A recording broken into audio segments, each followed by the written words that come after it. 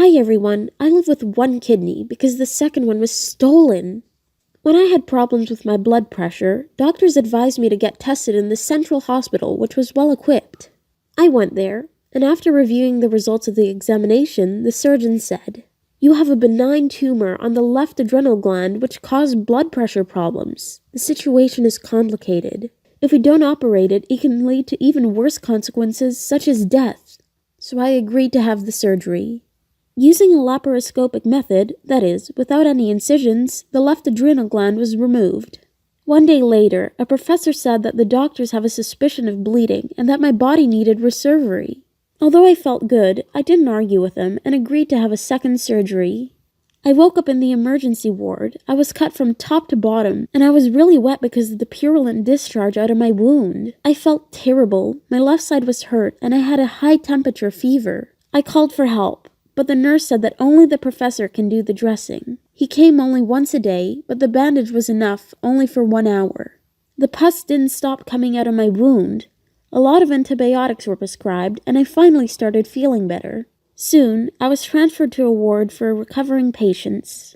But after some time, my condition was worsening again. After getting acquainted with my medical history, another doctor recommended me to go to a urologist. However, the professor who had done my surgery considered it unnecessary. He prescribed me to provide a urine sample and, 2 days later, he let me go home, ensuring me that everything was okay. I still had high temperatures. I lost 18 kilos and could hardly walk.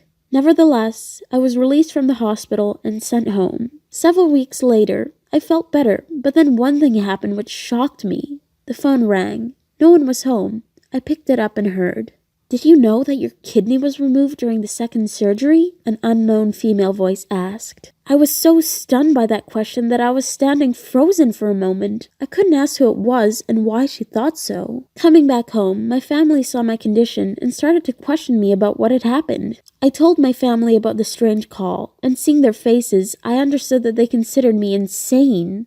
My doctors had the same reaction.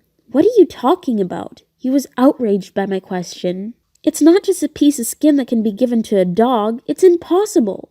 There is nothing about removal of a kidney in your medical history. If it had happened, you would have been treated differently. You'd better keep quiet, otherwise people will think you're insane." And I did keep quiet, though I lost peace. Then I was examined anyway. I asked my doctor to make sure whether my left kidney was in its place. It turned out it wasn't. Fluorography and radioisotope examinations also showed that the kidney was missing. Not knowing what to do, I wrote a letter to several law enforcement agencies and newspapers. The professor couldn't deny the removal of my kidney, so he tried to give me his actions an explanation. The patient started bleeding. If we hadn't intervened in time, she could have died. But why didn't they tell me about this? Why wasn't there any record of such an operation in my medical history? Why were the documents about my surgery not sent to an appropriate authority in order to register my disability? I could receive pension, benefits, or other help, but I haven't received clear answers to my questions. Both I and law enforcement officers had a million questions. I wanted the offender to be punished. When the investigation began, one of the local mediators came to my house and asked me directly, "How much money should I give you so that you finally shut your mouth?" Different people came and offered me money to keep me quiet, but I refused. It didn't occur to them that I am fighting not for money or even for myself, because I will not get my kidney back. I just want such a terrible thing not to happen to other people. After all, no one has a guarantee that he will not become a victim. The investigation lasted for 4 years and is finished, with nothing.